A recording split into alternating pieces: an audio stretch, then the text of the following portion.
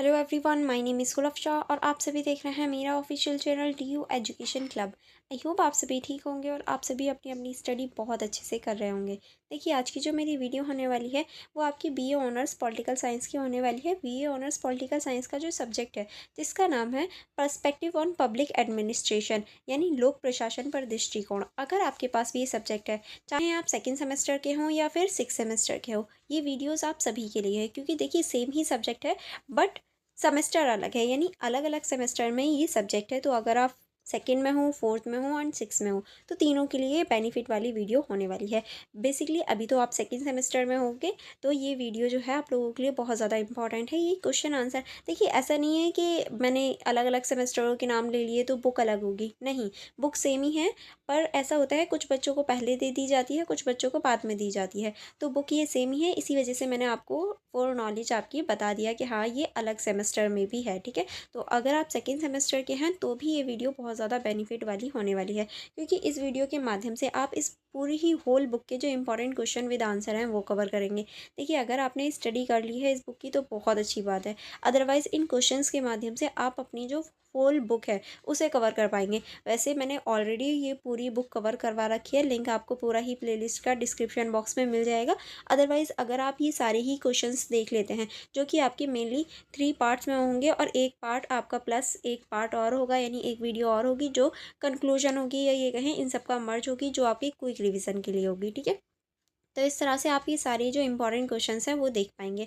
And अगर आपने अभी तक मेरी वीडियो को लाइक नहीं किया है एंड मेरे यूट्यूब चैनल को सब्सक्राइब नहीं किया है तो आप जल्दी से कर लीजिए, ताकि जो मेरी अपकमिंग वीडियोज़ हों आप उन्हें भी देख पाएँ। चलिए फिर स्टार्ट करेंगे हम लोग पहले क्वेश्चन से। पहला ही क्वेश्चन है हमारा, लोक प्रशासन की प्राचीन जड़ों की व्याख्या कीजिए। अब देखिए, अगर हम लोक प्रशासन की बात ही कर रहे हैं तो इसकी प्राचीन जो जड़ हैं, यानी जो लोक प्रशासन है वो प्राचीन टाइम में कैसा था, इसके बारे में भी तो पता होना चाहिए। तो इसकी जो स्टार्टिंग है या परिचय है उसमें आप इस तरह से लिखेंगे, लोक प्रशासन का इतिहास अत्यंत प्राचीन है, क्योंकि लोक प्रशासन जो है वो बहुत पुराना है। कितना पुराना है? मानव सभ्यता के बराबर। जितनी पुरानी हमारी मानव सभ्यता है उतना ही पुराना हमारा लोक प्रशासन है।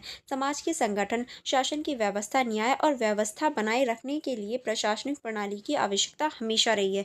चाहे अभी का टाइम ले लो या प्राचीन टाइम ले लो, हमेशा जो समाज का संगठन है, शासन की व्यवस्था है, न्याय है, व्यवस्था बनाए रखने के लिए हमें शासन प्रणाली की आवश्यकता पड़ी ही है। प्राचीन भारत, चीन, मिस्र, यूनान और रोमन सभ्यताओं में प्रशासन के स्पष्ट संकेत मिलते हैं, यानी इन सभी जो सभ्यताएं हैं उनमें हम जो प्रशासन है उसके स्पष्ट संकेत देख सकते हैं। भारतीय परिप्रेक्ष्य में लोक प्रशासन की जड़ें वेदों, धर्मशास्त्रों, महाकाव्यों और प्राचीन राजनीतिक ग्रंथों में दिखाई देती है। अगर हम अपने ही भारत की बात करें तो हमें वेदों से पता चलता है, धर्मशास्त्रों से पता चलता है, महाकाव्य और प्राचीन जो राजनीतिक ग्रंथ हैं उनसे हमें अपनी जो राजनीति है उसके बारे में पता चलता है। अब किस तरह से जो प्राचीन काल है उसमें लोक प्रशासन की जड़ें मजबूत हैं या जड़ें जुड़ी हुई हैं, तो इसको हम देखेंगे। पहले हम देखेंगे वैदिक काल, क्योंकि सबसे पुराने जो अवशेष मिले हैं वो हमें वैदिक काल के ही मिले हैं, तो सबसे पहले हम वैदिक काल को देखेंगे। वैदिक काल में आप लिखेंगे, वैदिक काल में जन, राष्ट्रीय और राजा की अवधारणा विकसित हुई, यानी वैदिक काल में जन होता था, राष्ट्रीय होते थे और राजा होते थे। राजा को ईश्वर का प्रतीक माना जाता था और उसकी भूमिका न्याय करना, कर वसूलना और जनता की रक्षा करना था, यानी जो राजा होता था उसको ईश्वर यानी भगवान के प्रति माना जाता था। और राजा की जो भूमिका होती थी, यानी राजा का जो काम होता था वो न्याय देना, कर वसूलना और जनता की जो भलाई है या ये कहें जनता की जो सुरक्षा है वो प्रदान करना होता था। राजा के सहयोग के रूप में पुरोहित, सेनापति, ग्राम प्रमुख और अन्य अधिकारी कार्य करते थे। सभा और समिति जैसी संस्थाएं लोक सहभागिता के प्रारंभिक रूप थे, जो लोक प्रशासन के लोकतांत्रिक आधार की ओर संकेत करते हैं। यानी हम कह सकते हैं यहाँ पर जनता होती थी, सभा होती थी, समिति होती थी, ऐसी चीज़ें मौजूद थी, जो कि हम कह सकते हैं कि ये लोक प्रशासन की ओर एक तरह से संकेत देती हैं कि आगे चल के लोक प्रशासन बन जाएगा, ठीक है। अब हम देखेंगे महाकाव्य काल और धर्मशास्त्र। किस तरह से हमें महाकाव्य काल और धर्मशास्त्र से पता चलता है, इसमें हम देखेंगे रामायण और महाभारत जैसे महाकाव्य ग्रंथों में प्रशासनिक ढांचे का वर्णन मिलता है।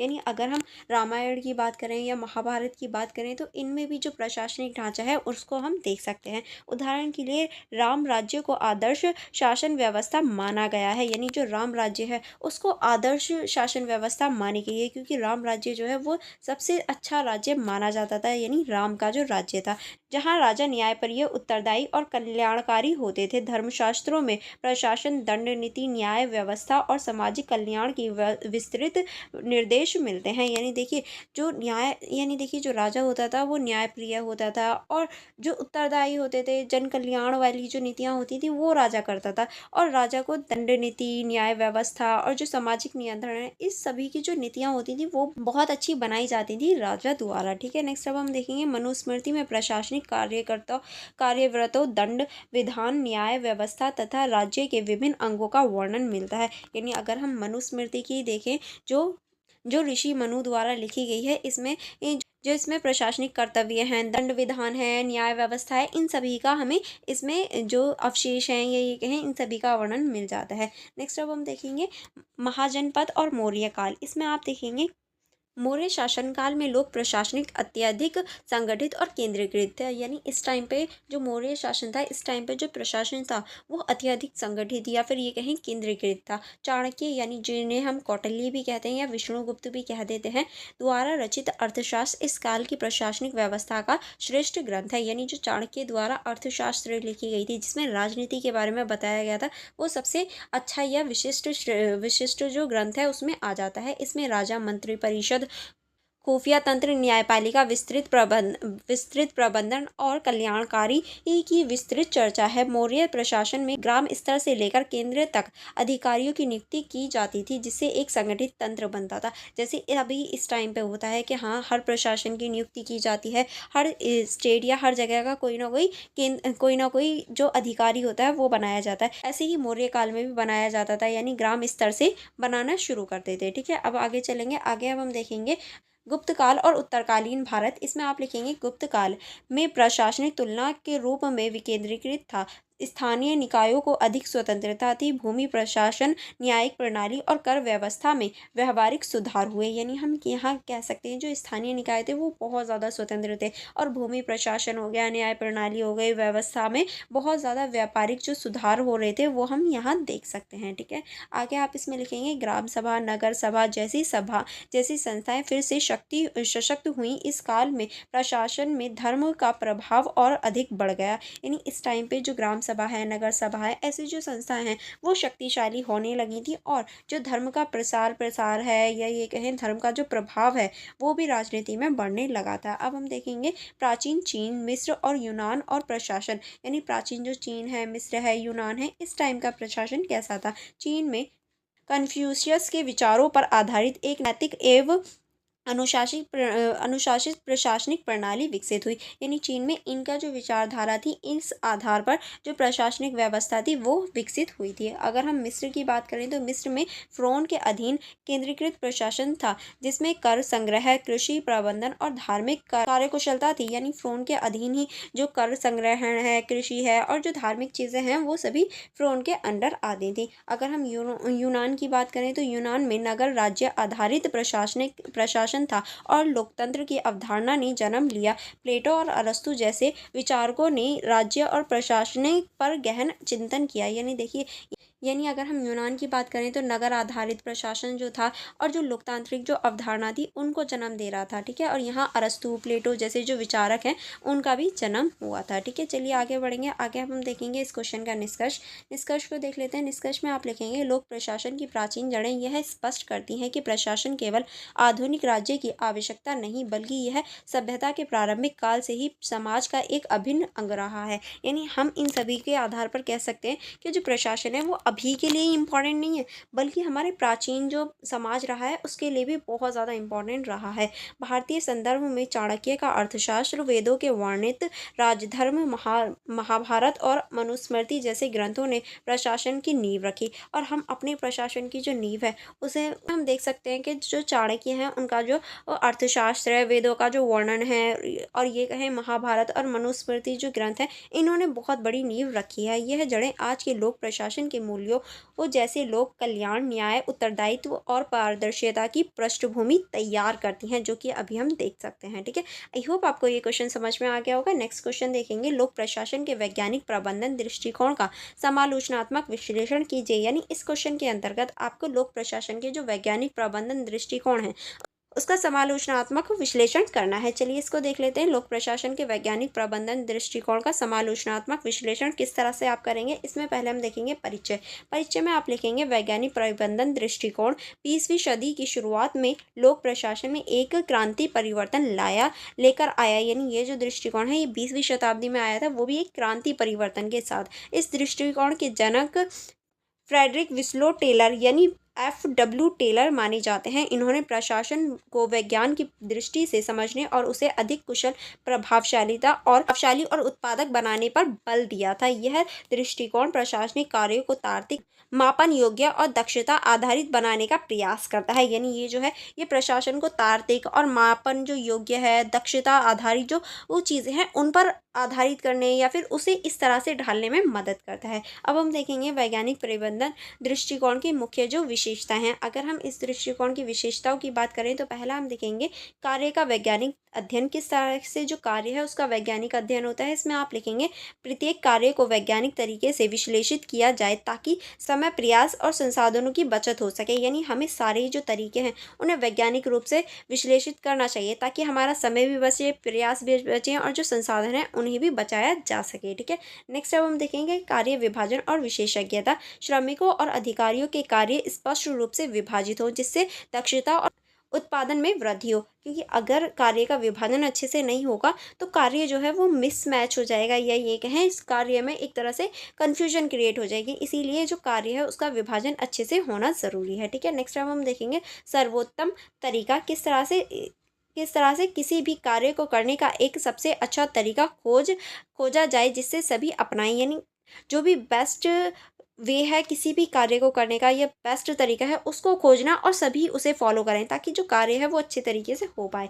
नेक्स्ट आप इसमें लिखेंगे प्रशिक्षित और मानवीकरण। किस तरह से कर्मचारियों को विशेष प्रशिक्षित किया जाए और सभी प्रक्रियाएं मानवीकृत हों। यानी जो भी कार्य कर रहा है उसे हमें प्रशिक्षित करना चाहिए, उसे हमें बताना चाहिए, ट्रेनिंग देनी चाहिए पहले। ठीक है, ताकि वो उस कार्य को अच्छे से कर पाए। नेक्स्ट अब हम देखेंगे और प्रश्रमिक प्रणाली। किस तरह से, इसमें आप लिखेंगे श्रमिकों को बेहतर कार्य के लिए प्रोत्साहन और बोनस की आवश्यकता है ताकि जो कार्य है वो अच्छे से हो पाए। क्योंकि जब भी किसी इंसान को बोनस मिलता है या फिर मेहनत का कोई भी परिणाम मिलता है तो वो उस कार्य को और ज़्यादा अच्छे से कर पाता है। ठीक है, नेक्स्ट अब हम देखेंगे प्रबंधन और श्रमिकों के बीच सहयोग। प्रबंधक योजनाएं बनाए और श्रमिकों उसे निष्पादित करे, दोनों के बीच तालमेल जरूरी है। यानी ऐसा नहीं है कि जो प्रबंधक है, जो लीडर है वो कुछ और कह रहा है और जो श्रमिक है वो कुछ और कर रहे हैं, तो ऐसा नहीं होना चाहिए। दोनों के बीच में तालमेल होना चाहिए। नेक्स्ट अब हम देखेंगे वैज्ञानिक दृष्टिकोण की उपलब्धता। यानी जो वैज्ञानिक दृष्टिकोण है इसकी क्या उपलब्धता है। अगर हम इसकी उपलब्धताओं की बात करें तो पहला आप लिखेंगे कार्य कुशलता में वृद्धि। समय और संसाधनों की बचत करके कार्य अधिक प्रभावशाली ढंग से किया जा सकता है और जल्दी भी किया जा सकता है। इसीलिए जो कार्य कुशलता है उसमें वृद्धि हो जाती है। नेक्स्ट अब हम देखेंगे प्रशासन में व्यावसायिकता। प्रशासन अब अनुभव से नहीं बल्कि वैज्ञानिक तरीके से संचालित होने लगा। क्योंकि देखिए प्रशासन जो है उसमें सिर्फ अनुभव की नहीं बल्कि जो हमारी वैज्ञानिकता है उसकी भी आवश्यकता होती है।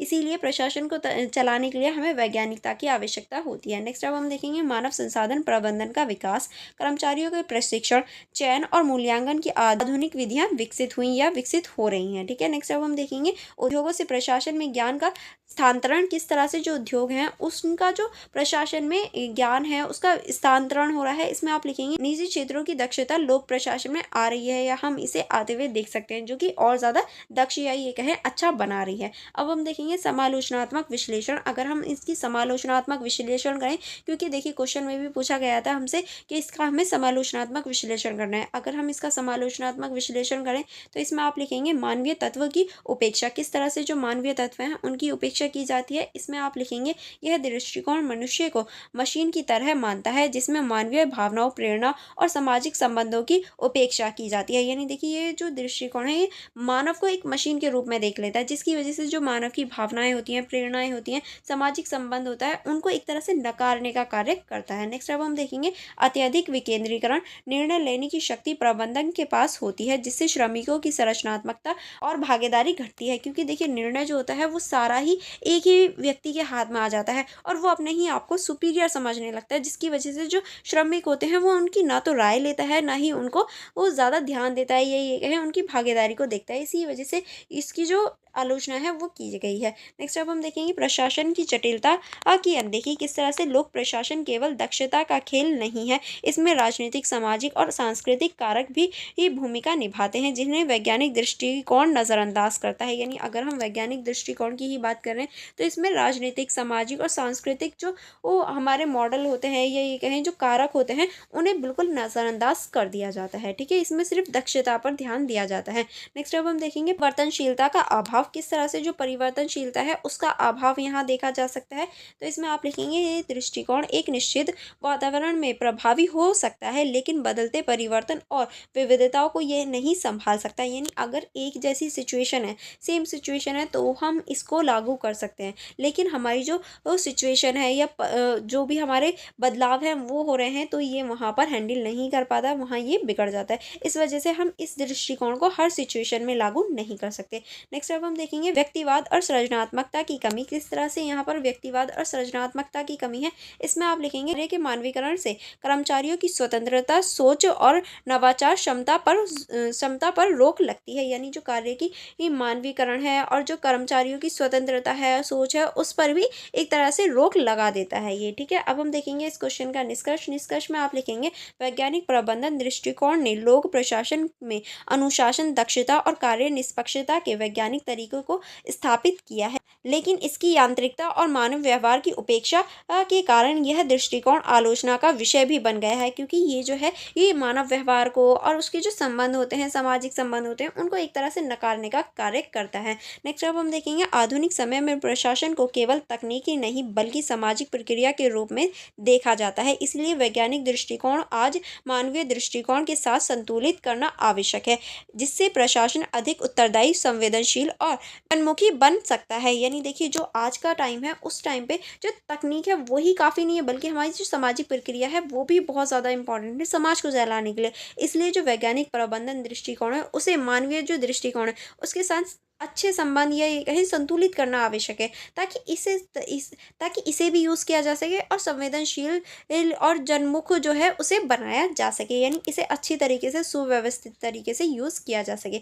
नेक्स्ट क्वेश्चन की तरफ चलेंगे। देखिए किस तरह से क्वेश्चन लिखे जाते हैं, इस बारे में भी मैंने आपको एक ऑलरेडी वीडियो प्रोवाइड करवाई है, जो कि बहुत सारे स्टूडेंट जो है मिस्टेक करते हैं। वो मिस्टेक आपसे ना हो तो आप उस वीडियो को भी ज़रूर देखना, उसका भी लिंक आपको डिस्क्रिप्शन बॉक्स में मिल जाएगा। अदरवाइज़ आप मेरे चैनल के माध्यम से उसे देख सकते हैं, आप मेरे चैनल पर विजिट कर सकते हैं। नेक्स्ट क्वेश्चन है हमारा मैक्स वेबर की नौकरशाही की अवधारणा की विश्लेषण कीजिए। यानी जो मैक्स वेबर हैं इन्होंने जो नौकरशाही की अवधारणा दी है उसके आपको विश्लेषण करना है, उसके बारे में आपको बताना है। तो चलिए देखेंगे परिचय से। परिचय में आप लिखेंगे मैक्स वेबर एक जर्मन समाजशास्त्री ने नौकरशाही को आधुनिक संगठन संरचना का अनिवार्य अंग माना। उन्होंने इसे समाज में अधिकार और सत्ता के औपचारिक एवं कानूनी रूप में देखा है। वेबर की नौकरशाही की अवधारणा प्रशासन के क्षेत्र में एक क्रांतिकारी विचार रही, क्योंकि देखिए इनकी जो नौकरशाही सिद्धांत आया था उस टाइम पे इस सिद्धांत ने बहुत ज़्यादा क्रांतिकारी एक माहौल बना दिया था, जिससे लोक प्रशासन को वैज्ञानिक और संगठित दिशा दी, और इसी की वजह से जो लोक प्रशासन है उसमें वैज्ञानिक और संगठित इनकी जो दिशा है वो प्रदान हुई थी। ठीक है, चलिए आगे बढ़ेंगे। आगे हम देखेंगे नौकरशाही की वेबेरियन अवधारणा। किस तरह से वेबर ने नौकरशाही को कानूनी तर्कसंगत अधिकार का प्रसार माना। यानी इनके अनुसार जो नौकरशाही है वो कानूनी तर्कसंगत का एक अधिकार का प्रसार है। इनके अनुसार नौकरशाही सबसे अधिक कुशल, स्थिर और निष्पक्ष प्रशासनिक प्रणाली है। जिन्होंने नौकरशाही की स्पष्ट विशेषताएं निर्धारित की जो एक आदर्श प्रणाली के रूप में जानी जाती हैं।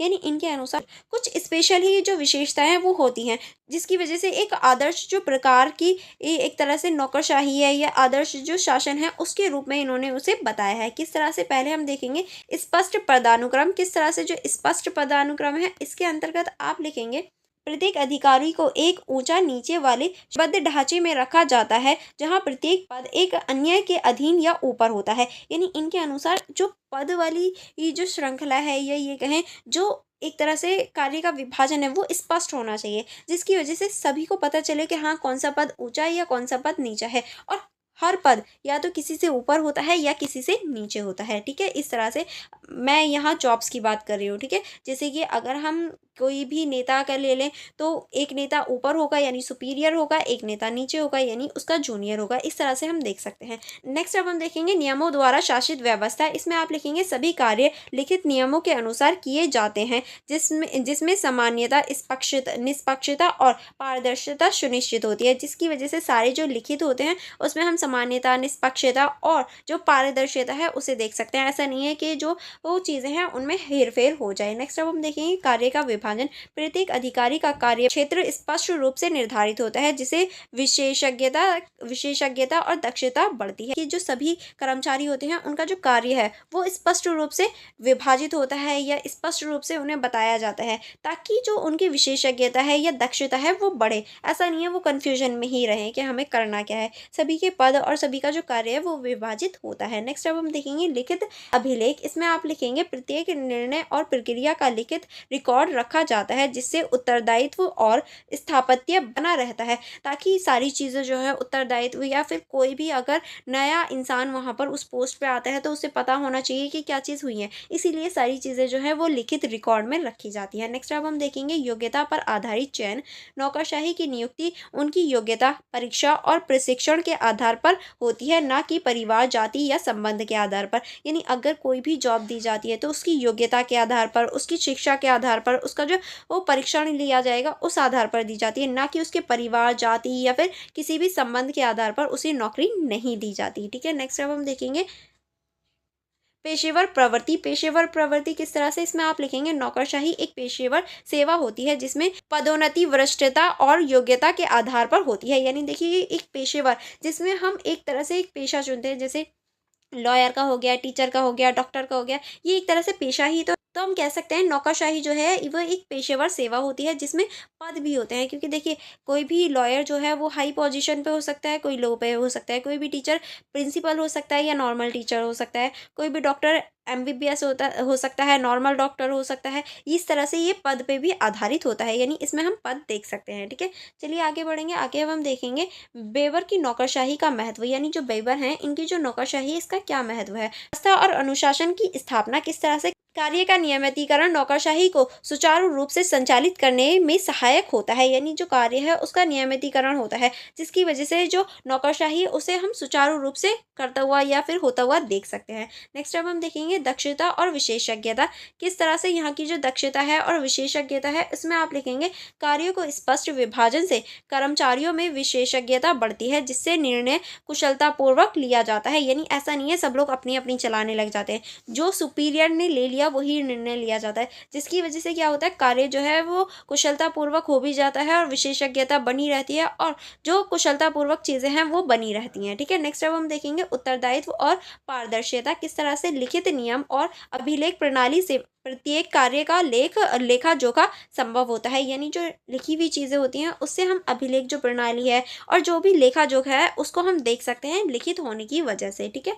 नेक्स्ट अब हम देखेंगे राजनीतिक हस्तक्षेप में कमी। किस तरह से नियम आधारित प्रणाली होने के कारण निर्णय राजनीतिक दबाव से मुक्त होती हैं। ऐसा नहीं है कि यहाँ पर हम राजनीतिक दबाव देख सकते हैं, नहीं, ये सारी चीज़ें राजनीतिक दबाव से दूर रहती हैं। ठीक है। नेक्स्ट अब हम देखेंगे नौकरशाही की आलोचना, समालोचनात्मक विश्लेषण। यानी इस क्वेश्चन में भी समालोचनात्मक विश्लेषण पूछा गया था, तो हम नौकरशाही की जो आलोचना बोल लो या फिर समालोचनात्मक विश्लेषण बोल लो। ठीक है। तो इसमें हम देखेंगे अपने पहला आप लिखेंगे लचीलेपन और नवाचार की कमी। किस तरह से अत्यधिक नवबोधता के कारण रचनात्मकता और तात्कालीन निर्णय लेने की क्षमता कम होती है। यानी यहाँ पर बहुत ज़्यादा बोध या फिर ऐसी चीज़ें देख सकते हैं, या रचनात्मकता या फिर तत्कालीन जो निर्णय है उनकी जो कमी है, दक्षता है, वो हम यहाँ देख सकते हैं। ऐसा नहीं है कोई भी प्रॉब्लम हुई तो डायरेक्ट हमने उसका सोल्यूशन ले लिया या फिर सोल्यूशन दे दिया, ऐसा नहीं होता यहाँ। ठीक है। नेक्स्ट अब हम देखेंगे लाल फीताशाही। किस तरह से लाल फीताशाही है यहाँ पर, इसमें आप लिखेंगे, इसके अंतर्गत आप लिखेंगे प्रक्रिया लंबी और जटिल होती है, जिससे कामकाज में देरी हो जाती है। यानी जो भी प्रक्रिया होती है वो लंबी और जटिल हो जाती है, जिसकी वजह से जो भी कामकाज होते हैं उनमें हम देरी देख सकते हैं। नेक्स्ट अब हम देखेंगे मानव तत्व की उपेक्षा। किस तरह से यह दृष्टिकोण मनुष्य को एक तंत्र के रूप में देखता है, जिससे व्यक्तिगत आवश्यकताओं और संवेदनाओं की अनदेखी की जाती है। यानी इसमें जो मानव होता है उसको एक मानव ना मानकर यंत्र माना जाता है या मशीन माना जाता है, जिसकी वजह से जो मानव की व्यक्तिगत चीज़ें होती हैं या संवेदना होती हैं या संपर्क होते हैं, उन सभी को अनदेखा किया जाता है। देखिए, अगर मैं इसका उदाहरण दूँ तो अगर आप कभी बैंक में गए होगे ना, तो आप पहले फर्स्ट काउंटर पे जाओगे, ठीक है? वहाँ वो थोड़ा-सा ही कहेंगे या थोड़ा-सा काम करेंगे, सेकंड काउंटर पे भेज देंगे कि आपको सेकंड पे जाना है। सेकंड वाले फिर फर्स्ट पे भेजेंगे, फर्स्ट वाले फिर बोलेंगे नहीं भैया तुम्हें थर्ड पे जाओ। थर्ड वाले बोलेंगे नहीं तुम्हारा तो काम सेकंड पे होगा, ठीक है? इस तरह से बहुत ज़्यादा देरी करते हैं। आपने भी ये चीज़ कभी ना कभी फेस ज़रूर की होगी, क्योंकि मैंने भी की है। ये लाल फीताशाही में हम देख सकते हैं, ठीक है? चलिए आगे बढ़ेंगे और आप मुझे बताना क्या आपने भी फेस किया है या नहीं, ठीक है? चलिए नेक्स्ट की तरफ देखेंगे। नेक्स्ट है हमारा निजी हितों की सेवा। किस तरह से कई बार नौकरशाही नियमों का उपयोग अपने स्वार्थ के लिए करने लगती है, जिसमें भ्रष्टाचार और निर्णयता बढ़ जाती है। यानी देखिए, जो लाल फीताशाही है या नौकरशाही है, उसमें हम जो निजी स्वार्थ होता है वो कभी-कभी बढ़ता हुआ देख सकते हैं, जिसकी वजह से वो चीज़ भ्रष्टाचार में बदल जाती है। क्योंकि अगर कहीं भी स्वार्थ या ये कहें निजी जो स्वार्थ होता है वो बढ़ने लगता है, तो वहाँ हम भ्रष्टाचार वाली जो चीज़ें हैं वो देख पाते हैं, ठीक है? नेक्स्ट अब हम देखेंगे न्यून प्रतिक्रिया क्षमता। किस तरह से जो न्यून प्रतिक्रिया क्षमता है उसको हम देखेंगे। बदलते सामाजिक या राजनीतिक संदर्भ में प्रशासन की प्रतिक्रिया धीमी हो जाती है, क्योंकि जैसे जैसे जो समाज बदलता है, राजनीति बदलती है या लोग बदलते हैं, जो उनकी जो प्रतिक्रिया होती है या शासन की जो प्रतिक्रिया होती है वो धीरे धीरे धीमी पड़ने लगती है, ठीक है? यानी अगर मैं इसका उदाहरण दूँ तो जब सरकार बनती है तब बहुत तेज़ी से या बहुत स्पीड से सारे कार्य होते हैं, बट जैसे जैसे वो 5 साल गुजरते हैं वैसे वैसे उनकी जो प्रक्रिया की गति होती है वो धीमी होती चली जाती है, ठीक है? इस तरह से हम देख सकते हैं। अब हम देखेंगे इस क्वेश्चन का निष्कर्ष। निष्कर्ष में आप लिखेंगे मैक्स वेबर की नौकरशाही की अवधारणा प्रशासन को संगठित, वैज्ञानिक और दक्ष बनाने में सहायक रहती है। यानी ये कहें कि नौकरशाही की जो अवधारणा है ये प्रशासन को संगठित भी बनाती है, वैज्ञानिक भी बनाती है और दक्ष बनाने में भी महत्वपूर्ण भूमिका निभाती है। हालांकि यह आदर्श प्रकार है, वास्तविक जीवन में इसकी जटिलता और कठोरता कई समस्या उत्पन्न करती है, क्योंकि आदर्श है। अब देखिए, हमारा समाज आदर्श समाज बिल्कुल भी नहीं है, क्योंकि हमारे समाज में अप एंड डाउन सारी चीज़ें होती रहती हैं। कोई जो तबका है वो बहुत अमीर है, बहुत सारी चीज़ें हैं, कोई तबका इतना गरीब है कि उसके पास कुछ नहीं है। तो इस वजह से हमारा समाज, हम ये नहीं कह सकते कि आदर्श समाज है। इस वजह से ये जो है ये वास्तविकता में जब हम इसे लागू करते हैं ना, बहुत सारी समस्याओं का सामना करना पड़ता है। आज के प्रशासन में वेबर की नौकरशाही को मानवीय उत्तरदायित्व और लचीले बनाने की आवश्यकता है, क्योंकि आज का जो समय है उसमें हम बहुत ज़्यादा ऊंच नीच या फिर ये कहें बहुत ज़्यादा डिफरेंसेस देख सकते हैं। इसीलिए जो नौकरशाही है उसमें हम मानवीय जो उत्तरदायित्व हैं या फिर ये कहें जो लचीलापन है उसकी आवश्यकता है, ताकि हम इसका यूज़ कर सकें।